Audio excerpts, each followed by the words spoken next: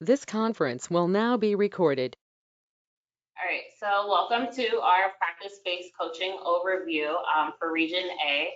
I am Lauren Williams. I'm one of the early childhood coaches. I mainly coach for Region B. I have 2 classrooms here in Region A, and then the rest is Miss Andrea. Go ahead. Hi, I'm Andrea Lowe's. I am one of the early childhood coaches. I helped to create our practice-based coaching along with Bridget Davis 3 years ago now. And I flew solo for a couple of years. And last year had the pleasure of being able to work alongside both Lauren and Colleen as 2 new early childhood coaches. And I mainly coach within Region A. I have a few classrooms within Region B. Hi, I'm Colleen Carpenter. I am the coach mainly for South County. I also have a couple classrooms at 33rd, and just really happy to be a part of this team. So we'll get started with talking about what coaching is. And simply, coaching is defined as a form of development in which a person called a coach supports a learner or client, sometimes called a coachee.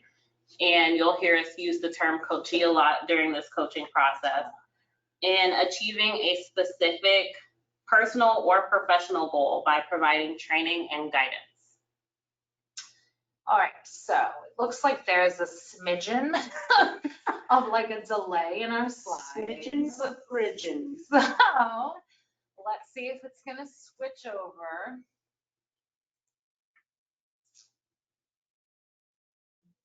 All right. Can someone just tell us what each slide you see on your screens? Anybody just unmute? 1302.92, training and professional development. Okay, so it seems like it's just not transitioning on our side, but as long as you guys are seeing the right slides, we're good. Okay, so this 1302.92 is the Head Start standard. It came into effect in 2017. That's when it was added, requiring training and professional development in the form of a coaching strategy. And summarizing it, pretty much, it's stating that coaching needs to be individualized. So based on strengths and needs of individual staff people. Also, it needs to be intensive, and that is going to be varied depending upon those needs. So that will, in turn, decide the amount of times your coach is going to come into your classroom and the frequency. Coaching also needs to be sustained, which means that it needs to be consistent throughout the year. Specific in terms of context, so that means that it's going to happen within the context of your classroom, which is going to make the most sense and build on your strengths in the classroom. And it needs to be very focused, so with very specific, clear goals in mind based on skills and practices. Professional development also needs to be, the coaching also needs to be not punitive in any way. So it is a professional development strategy. All right.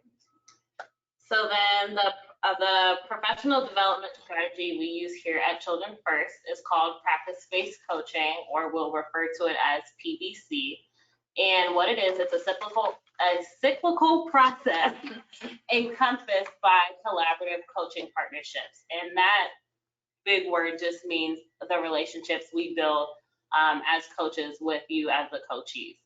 The cyclical process has 3 components, which are the shared goals and action planning, focused observations, and reflection and feedback. And this entire process supports promoting effective teaching practices. Okay, let's let this slide catch up for a second. All right, so you could see that the middle of that circle was the effective teaching practices, and that is the sole purpose of practice-based coaching. It's to help you guys develop teaching practices that you can take with you for years to come. So as practice-based coaches, for those of you who might be new to the program, our jobs are not to come into your classroom and, you know, help you with behaviors or target specific children. Our jobs are to help you guys develop professionally. So we work with you to assess your needs.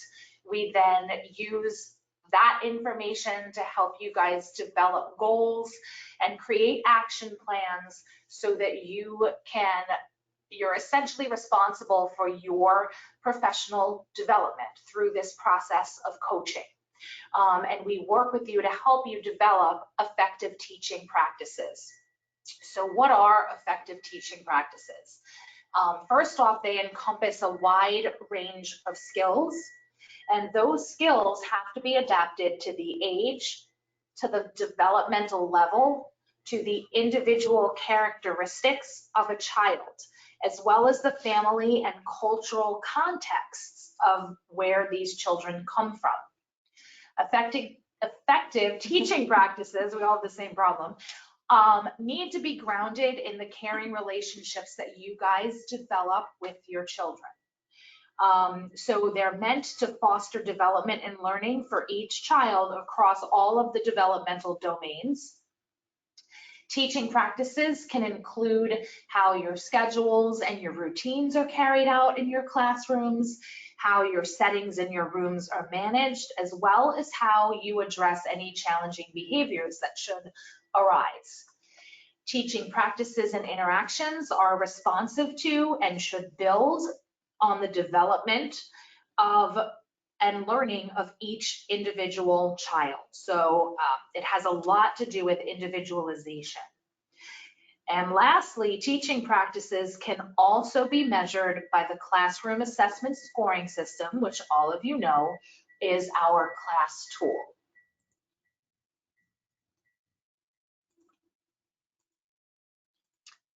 Okay, so taking a glance at the cycles of the PBC program, there are three main components. The first being shared goals and action planning.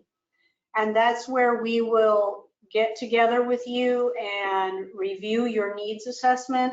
We'll talk about the goals that you are wanting to set for yourself. And we'll create an action plan that's going to guide the coaching sessions that are going to follow. After we've established our goals and our action plan, you'll set a time for us to come in and observe in the classroom, a time when you feel you will be practicing that skill or strategy. We'll come in and observe, we'll gather information, we're going to take and then we'll share those notes with you. Following that, we will schedule a time when we're going to get together in person to discuss the observation. We'll offer feedback, brainstorm together, you know, about how the observation went and what our steps will be moving forward. And then that will in turn then take us back to that shared goal and action planning, where we'll decide if we want to set a new goal, if we want to continue with that goal and try it at a different extent.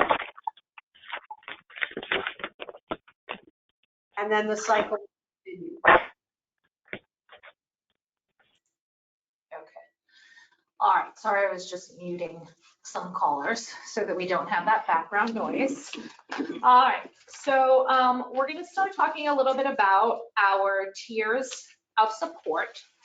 PBC is a, let's see if it's coming up. Okay, so PBC is the research-based coaching curriculum that we use here at Children First, and it's based on a pyramid sort of model. So what you see on the screen is how often you will see your coach, okay, depending upon what tier or what level you're on. We'll talk a little bit about the criteria that places a classroom in a specific tier in just a couple of minutes.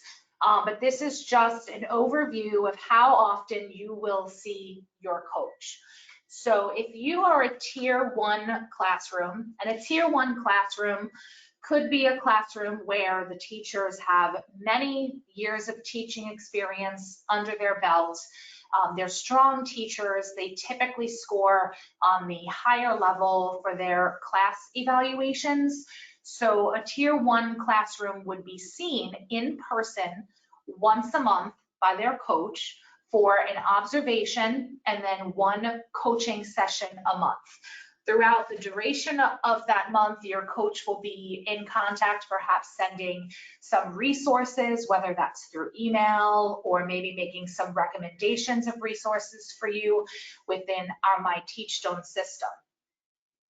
Our tier 2 classrooms are those teachers who have some years, of experience under their belts, but typically they might score, in that mid-range for class observations. So there's some areas of need, and they might need a little bit more support from their coach in person. So a tier 2 classroom would have bi-weekly observations and coaching sessions with their coach.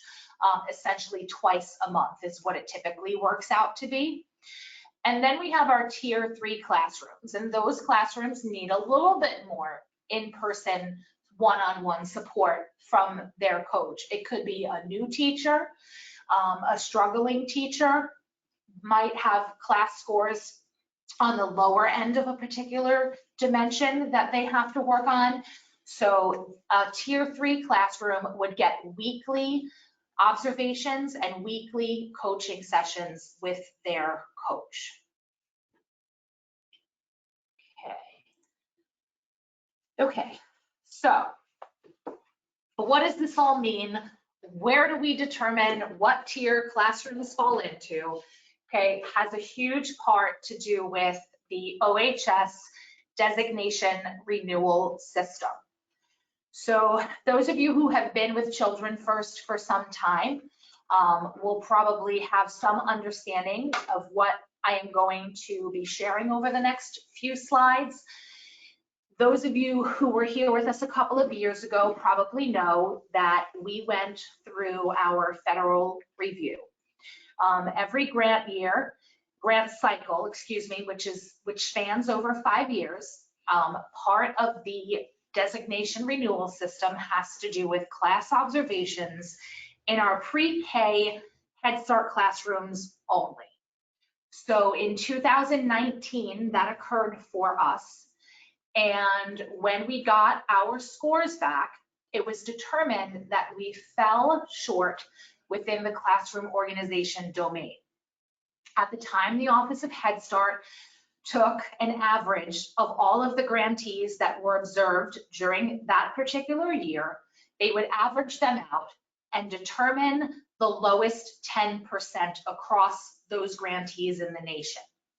If any grantee fell within that bottom 10% for 1 or more dimensions, it meant that we had to go through designation renewal, or as many of you have probably heard it called, recompetition. We found ourselves in that position in 2019, and then the pandemic hit. Prior to the pandemic, there had been some talk going on about changing the way that designation renewal occurs. Many grantees felt as though the lowest 10% was unfair. Unfair because we didn't know what the expectation was. We never knew what that lowest 10% was going to be because it depended on the observations that occurred during that year. So it could change every time we were observed. So the Office of Head Start, thankfully, decided to change their ruling. And they changed their ruling shortly after the pandemic hit.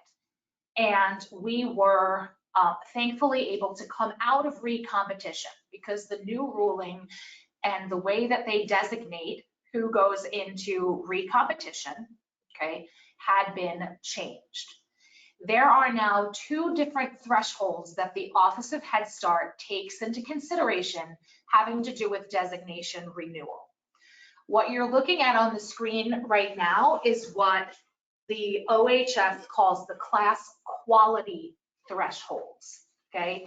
And the quality thresholds represent OHS's expectation for all grantees regarding the quality of classroom learning environments. So this is best practice. This is where OHS wants every grantee to be at, okay? That is a 6 for emotional support domain, a 6 for the classroom organization domain, and a 3 for the instructional support domain. And note that this has to do with the PreK class tool. When they come out to review our classrooms, they only review and do class observations in our Head Start classrooms at this time, okay? If we should, as a grantee, receive a score below any one of these quality thresholds, the Office of Head Start would then determine that we needed some quality improvement. And they would help us do that by connecting us with various technical assistance, resources, or trainings that align with the areas where our grantee is needed to improve, okay? Quality thresholds are not what put an agency into re-competition, okay? This is best practice. This is high quality. This is what OHS is saying all grantees should aspire to. Then we have, I'm going to flip to the next slide, what OHS has determined to be the competitive thresholds. So the competitive thresholds are what can trigger a grantee to have to recompete for their grant, okay? So at this time, they have assigned 5 out of 7, because the class tool, for those of you that aren't aware, go from a 1 to a 7.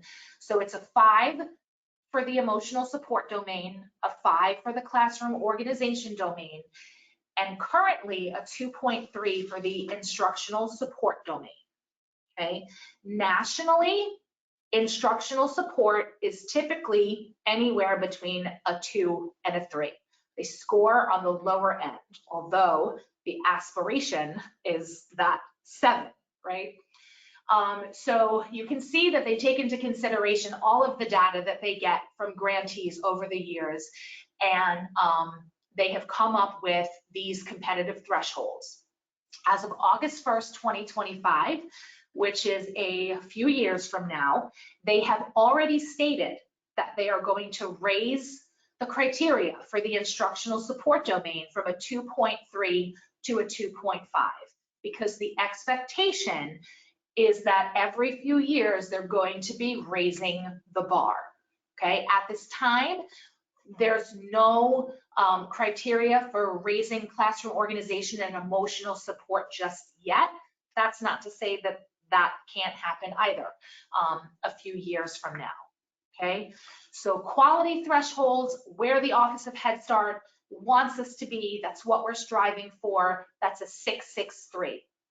Competitive thresholds, it's the criteria, the minimum expectations that we have to meet in order to stay out of re-competition, okay? Out of designation renewal, 5, 5, 2.3. Does anybody have any questions about this before I continue? You can just unmute yourselves and shout out if you do.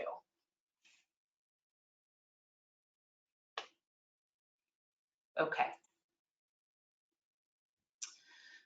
So the next slide we're going to look at has a couple of charts on it. It's switching over, so you guys should see it momentarily, hopefully. So the first, it's not switching over. Do you guys see a slide that says federal class review? There you go. Okay. So federal class review. The first chart that you see at the top of this page are our children first scores in the 3 class domains that we achieved during our 2019 class review. Okay, so you'll see there on the left-hand side the 3 pre-K domains. And for emotional support, we received a 5.8047 out of a 7. For classroom organization, we received a 5.3125. Again, that was the domain that put us initially into recompetition. And for instructional support, we received a 2.6721.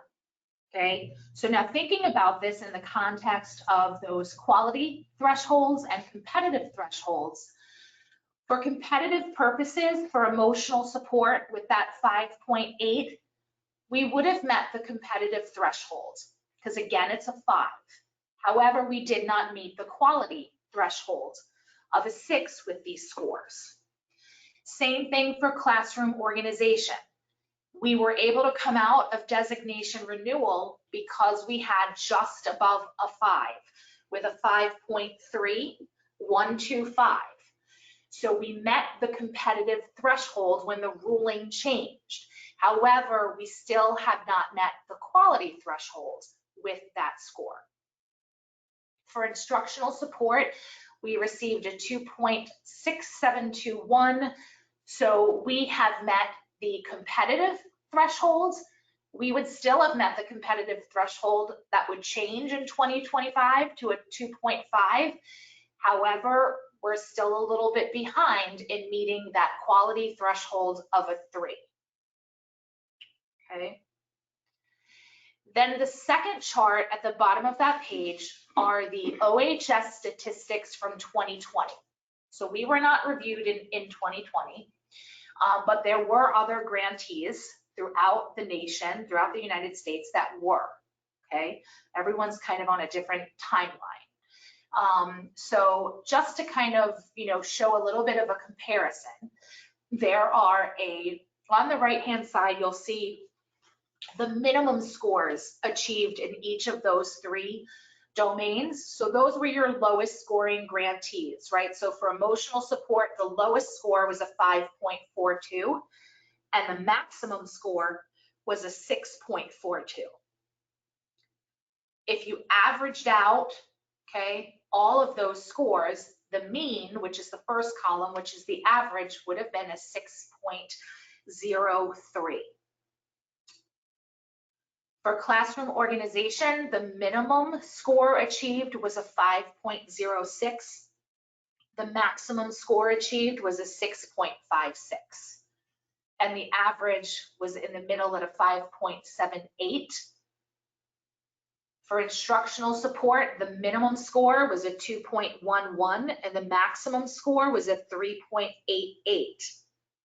So now you've got an average score in 2020 of 2.94. Okay, so we were slightly underneath the average scores for 2020 from our scores in 2019. Currently, we will be heading into the second year of our grant cycle come January. At any point after that, we can expect OHS visits for class reviews. And so we have utilized all of this data, and this is why we're sharing this with you today, is because we use this for coaching purposes. So this data, the quality thresholds, the competitive thresholds are what we used to determine our pre-K classroom tiers for this upcoming school year. Okay, so what you're going to see now is that pyramid model again, and this is for pre-K. So at the bottom of that pyramid, the base of the pyramid, you're going to see engaging interactions and environments. That is our coaching focus for this school year. We're going to talk about that a little bit later on. But let's take a look at each of the tiers. So we'll start at the bottom with a tier 1. Those are our monthly classrooms.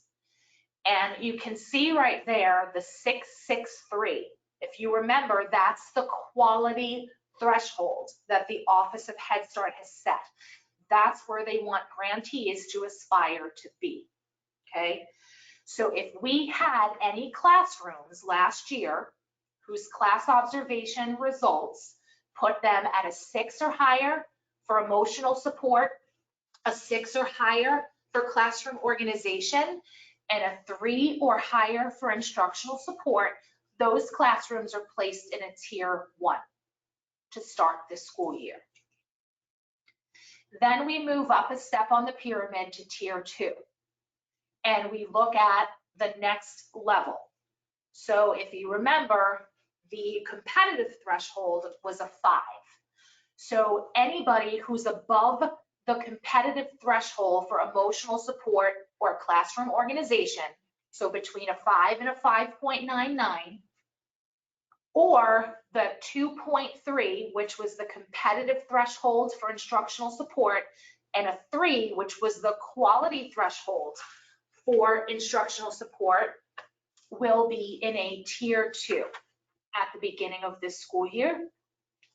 Then we move up a step to our tier 3 weekly classrooms, and that is anybody that has fallen below the competitive threshold of 553. So if you got a 4.99 or lower in either emotional support or classroom organization, or a 2.2 or lower in instructional support, those classrooms are starting the school year off as a tier 3. Okay, and this is what helps us assure that every classroom is getting the proper level of coaching support. Okay, we will be looking at your class reports from last year as well as your needs assessments and using them to help determine where we're going to start with your goals this year and what you guys will start working on at the beginning of the school year. Any questions about pre-K and the criteria for the tiers?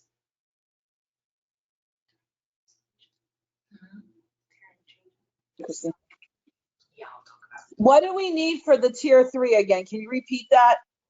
Yes, tier 3 is if you've got a 4.99 or below in emotional support and classroom organization, and a 2.2 or below in instructional support.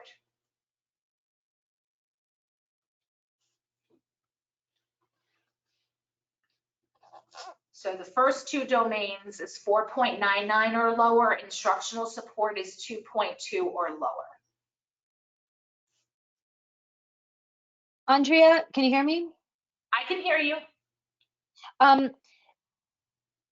I thought that when they came and assessed that you didn't have the exact numbers per classroom. How do you know that a tier 1 scored those scores? So these are from internal observations, Ashley. So we, Okay. yeah, these are not from federal review observations. The federal review team, when they come out, we only get back 1 overall grantee score, right? So 1 overall agency score for Children First. So from that, we can't determine where each individual classroom stands. So yearly, we do our own internal observations on our classrooms. We have many reliable observers on staff. That's who we utilized last year to do these observations due to the pandemic. In October for pre-K, we will be contracting with Teachstone to come out and conduct the observations in our pre-K classrooms only. Early Head Start will also be observed a little bit later on in the year by our in-house observers. Does that make sense? Perfect. Thank you. That absolute perfect sense. Thank you. You're welcome. Okay, so if there's no more questions about pre-K, we're going to take a look at the Toddler Pyramid.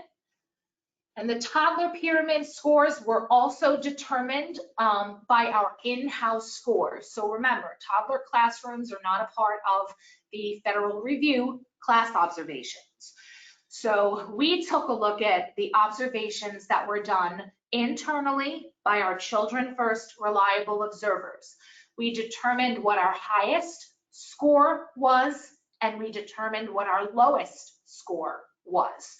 And then from there, Bridget and I sat down and spread out the numbers.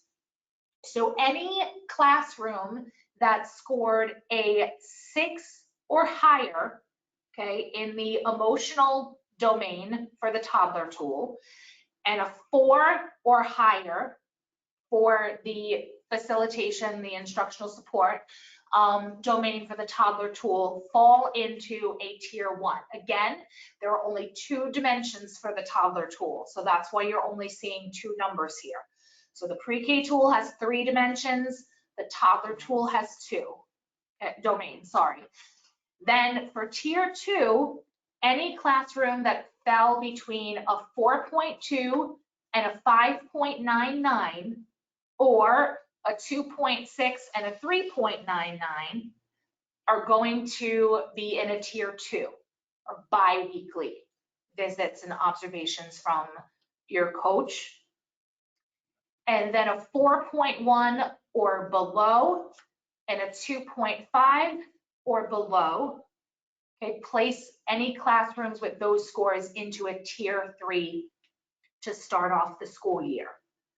Okay, and again, I just want to make note that, you know, tiers can change. Tiers can change up or down during the school year. There are so many different things that can impact a classroom and what's going on in that classroom every single school year. So if it's determined when class scores come back that you're in need of less support, your tier can change. Okay, you can go from a tier 2 to a tier 1, a tier 3 to a tier 2. But it can also happen in the reverse. If it's determined that this classroom is having difficulty this year, maybe there's a new assistant teacher who's new to Children First. Maybe there's some behaviors in this classroom that are having an impact on, you know, behavior management. It can be determined that that tier needs to change so that classroom can get more support. So a tier 1 can go to a tier 2, and a tier 2 can go to a tier 3 if necessary. So these are ever changing. Once you get into a specific tier, it doesn't mean necessarily that you'll stay there. Okay. Any questions about the toddler pyramid before I move to the infant pyramid?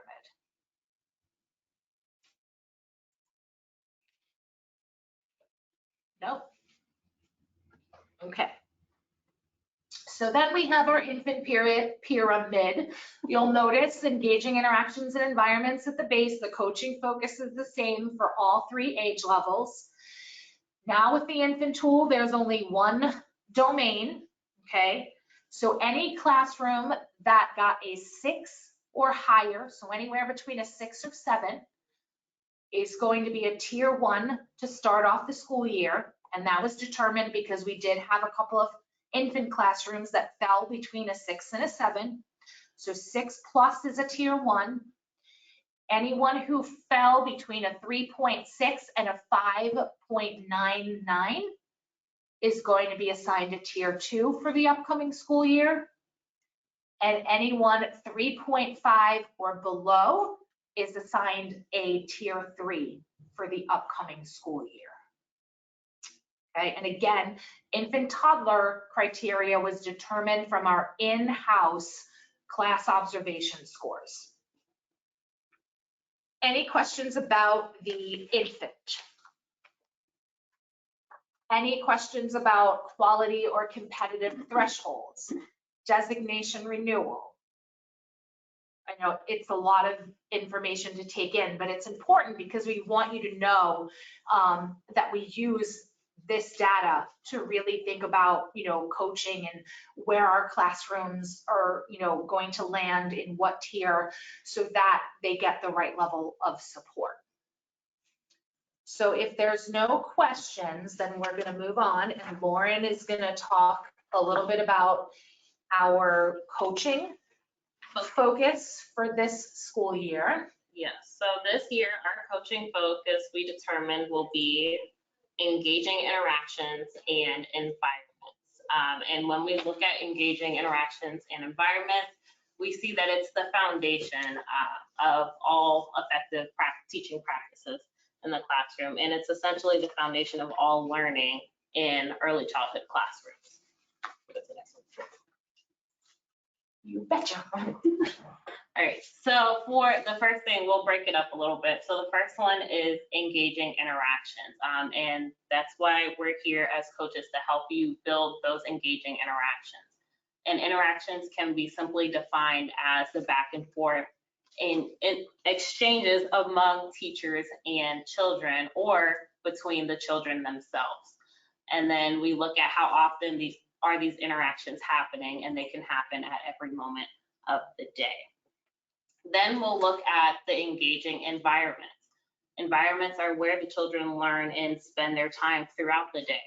So we'll look at the classroom and how engaging you make it for the children to learn. We'll look at the types of materials that you're using, such as the books and the furnishings. Are the shelves too high so the kids can't access the materials that they need? How does your room arrangement look? Is it suitable for the types of children you have in your classroom? We'll also discuss what are you guys doing outside for your learning areas. For infant and toddler classrooms, when you have a class observation, observers can go outside with you to conduct their observation cycle. So we want to make sure that you guys are definitely taking advantage and making your playground time an engaging time for them. As well as we'll look at the staff placement in the classroom of, are you guys doing your zone defense and making sure you're aware of the children in the classroom, just so you guys can provide the most opportunities to provide engagement for the children. And then again, why we're doing engaging interactions and environments this year is because they ultimately lead to effective teacher and child interactions. And what we want to help you guys is to build your effective teaching practices. That's the whole point of PBC. We want to help you guys do that so you guys can support the children's involvement in activities that promote positive development and learning.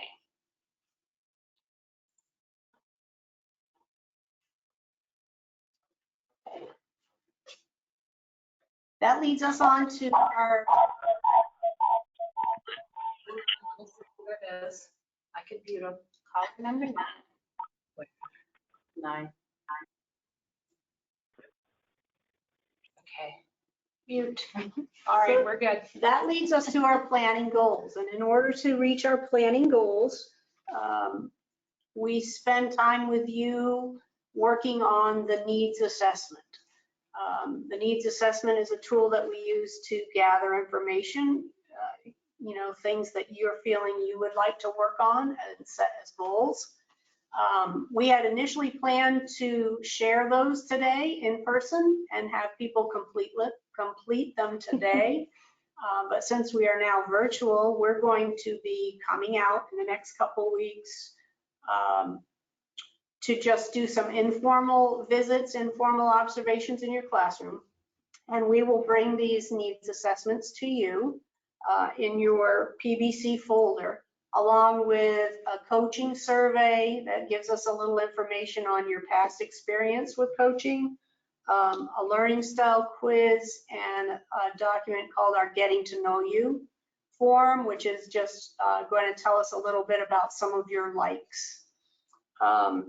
So the needs assessment itself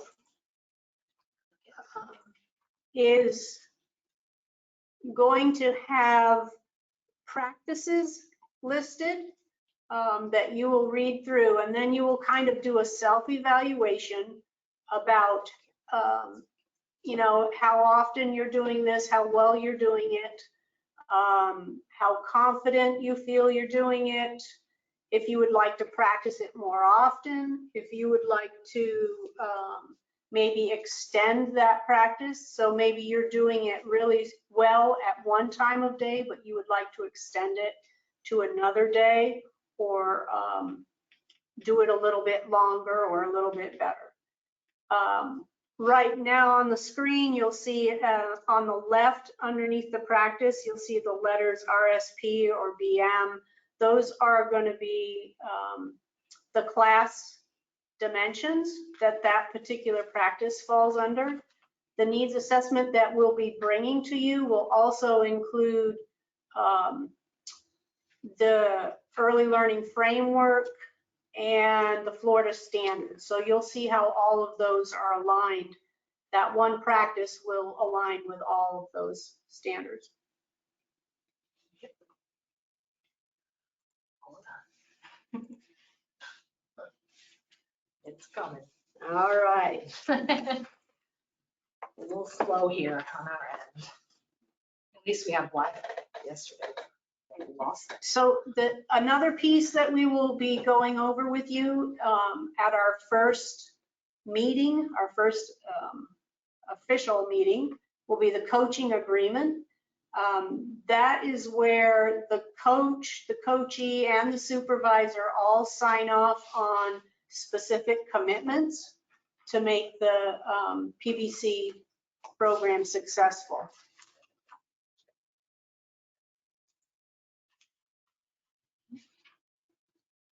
Come on. What's this mean? All right, and then after the initial coaching meeting, we will use this form, our action plan, to have our shared goals and action planning meeting. And how we start this process is we'll take a look at your needs assessment that you guys have completed prior to this meeting, and you guys will prioritize 3 teaching practices from your needs assessment, and we'll take a look at those 3 that you want to work on throughout the year. From those 3, we will pick one, and we'll put that on your action plan, and then we will turn that practice into a goal, a very specific goal that you will work on throughout the year. When creating that goal, it needs to be clearly defined, measurable, and achievable. So what we'll typically do is ask you what time of day is it hard to practice this goal, or what time of day do you need support in practicing this goal, just to gear us of when we need to come in and do focused observations. We also know what the practice is that you want to practice, as well as how many times or with how many children you want to practice this goal, just so we can measure it appropriately so you guys can achieve your goal. From there, once we've made your specific goal, we'll talk about the different steps of how to reach your goal. And this could include what kinds of resources that you need, what types of materials do you need, what types of strategies do you need to practice prior to reaching your goal.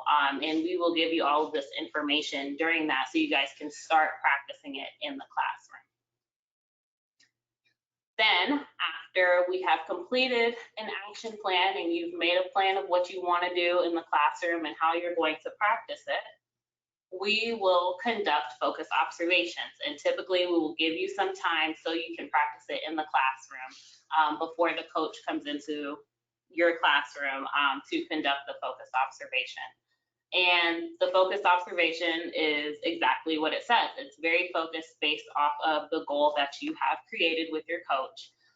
And that is the only thing that the coach is coming in and looking at. Typically, the observations take about 30 minutes, but it just depends on what the practice is and what time of day it is. So say if it's during a transition, that may be a little bit less time than a 30-minute observation for something else.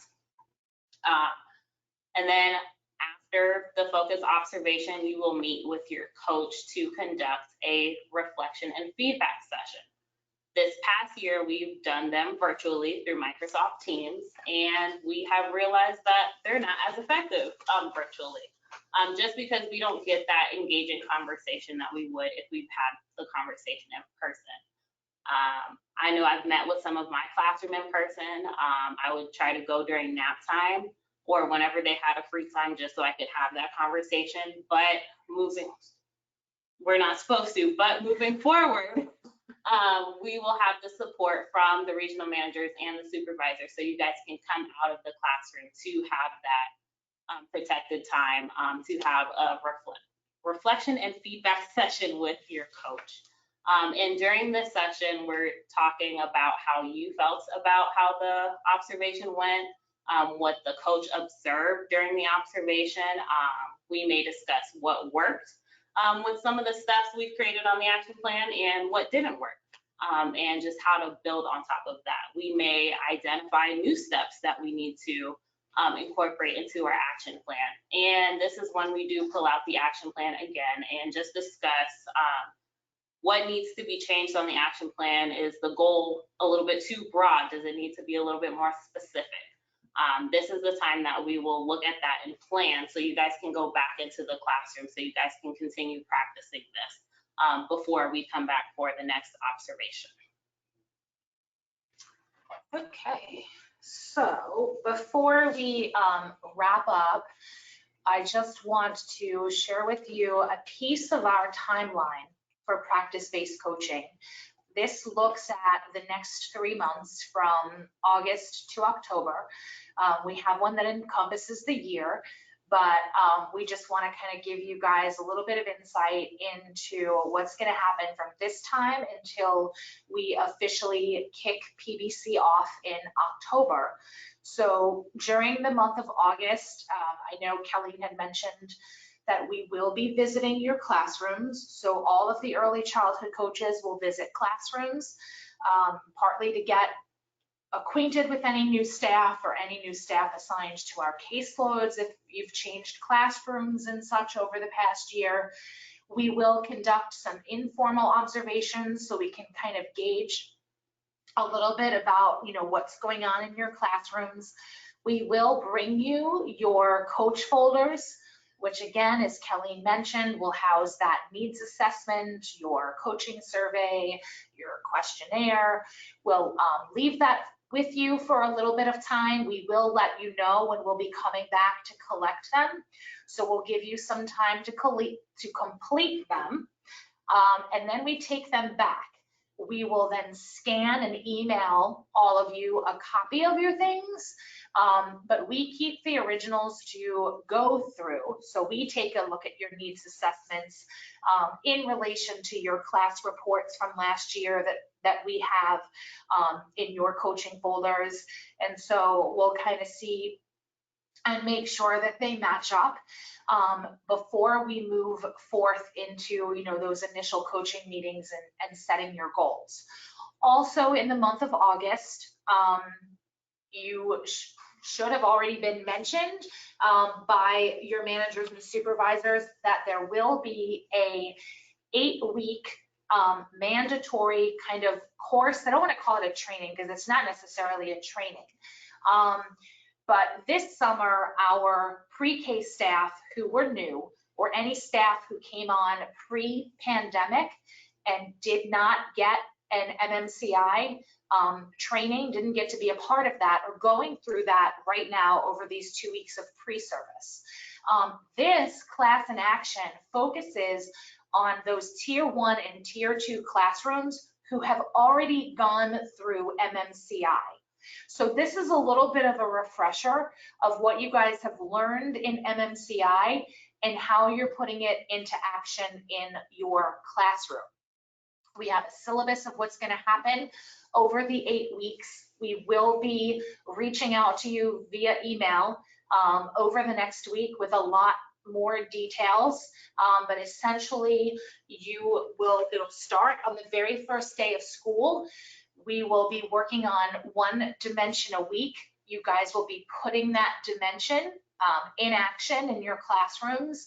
The first few weeks of school, we're going to be looking at that positive climate, that teacher sensitivity, that regard, which are so important during those first few weeks of school as you're developing relationships with children in your classroom. And then we'll move on through the remainder of the 10 preschool dimensions. We'll come together at the end of every week on a Friday afternoon. We will be doing that over Microsoft Teams because these classrooms come from all regions. So we don't want anyone from north to have to travel south or vice versa. So that we have chosen to do over Microsoft Teams. Again, more information will follow by next week in regards to that. Then we move into the month of September, and that's where we will start our initial coaching meetings, okay? So during these meetings, the coach and the coachee will meet. We will start by reviewing your class data from last year in relation to the needs assessments that you have recently completed. We'll talk about, what it is that you guys would like to work on first. We'll help you choose your top 3 and go from there. We'll create your very first action plan during this meeting as well, so that by the time PBC officially kicks off on October 4th, you'll already know, and you'll be able to start practicing what it is that we're going to be coming in and observing. So it'll give you, a nice head start. These meetings will, they are required to occur in person. We are going back to in-person meetings and coaching sessions for PBC. As Lauren mentioned, they weren't very effective virtually. So we will be, working to coordinate these meetings. They will require staff coverage. Coaching sessions and meetings like this, it is required that it's protected time for teachers to meet with your coaches. So, we're going to work together to figure out how we're going to make that happen. And then October 4th, Monday, October 4th is the very first official day where PBC will kick off. That's where we'll be starting our observations and our coaching sessions. For managers and supervisors, just know that we are putting together our schedules. We would like to have, very specific days of the week that will be coming to each classroom. We want these schedules to be consistent so that you can know ahead of time, when we're coming to visit what classroom on what day during week 1, week 2, week 3, or week 4 of the month, which will help with planning coverage.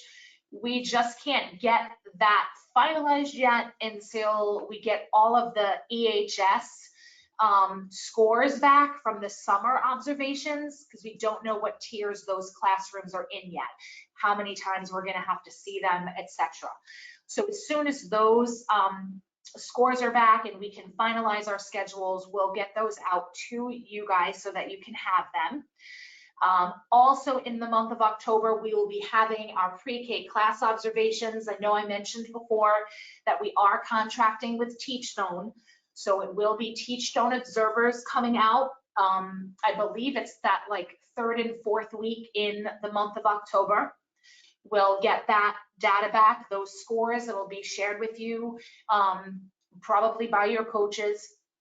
And then we will use that data, moving forward to see if there's any changes that we need, to make with our coachees as far as tiers, as far as maybe a shift in, in goals.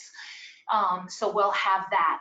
EHS can expect internal class observations by our Children First reliable observers at some point following the pre-K observations. And as soon as we have those dates and that information, of course, it will be shared with all of you.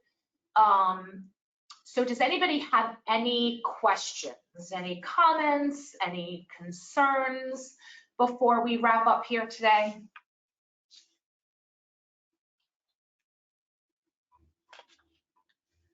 No? All right. So we're Andrea. Yes. We can hear you, Sherry. No. Is she talking? She is talking. We can't hear you, Sherry. Did you mute yourself? Where is she? I'm trying to find her. Okay, can you hear me now? Yes, we can. Okay. The class and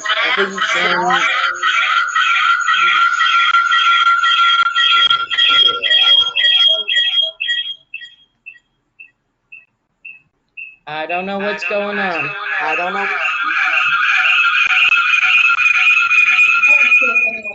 You heard, Okay, is that better? Okay, is that- Okay, the class in action August 10th for tier 1 and 2 classes. That's an 8 weeks review.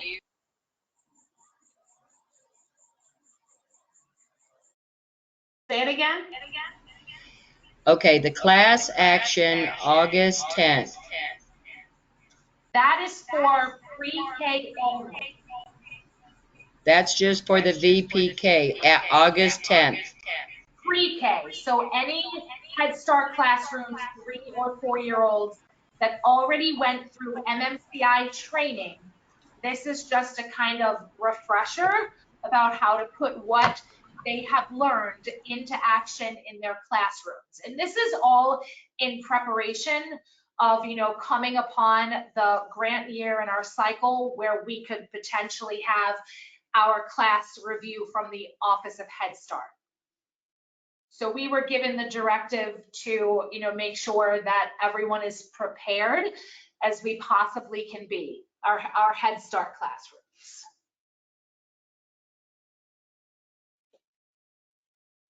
Anybody else have any other questions? No? All right, well then, we're gonna wrap up here today. We would like to thank you for your time and your attention during this PBC overview, and just say that we are super excited about getting back out into your classrooms and working with you guys this year. If you should, at any time, have any questions, we get off this training, you think of something later on today, or tomorrow, or next week, this next slide that should be coming up is gonna just show you our contact information. So these are our email addresses: alows@childrenfirst.net, lwilliams@childrenfirst.net, and kcarpenter@childrenfirst.net. You could see us passing you in the hallway and you can stop us if you have any questions. We'll stop and chat with you guys. If anybody we did share with most of the classrooms when we gave your class feedback what tier you would be in this upcoming school year. If for some reason you are unsure, you can send us an email and let us know. If you were one of the classrooms observed over the 5-week summer session, we are still waiting on some observers to enter their data into My Teachstone. So that's why you probably have not been told what your tier is. However, the ones that were entered, I did go into the system and determine the tiers, so you can reach out to myself or Colleen or Lauren, and we'll let you know if we have that information for you or not. So again, thank you very much. And Lauren, Colleen, do you want to? Thank you for coming on and listening to us ramble. Thank you all. All right, everybody, we'll see you guys soon. Have a great first day of school if we don't see any of you.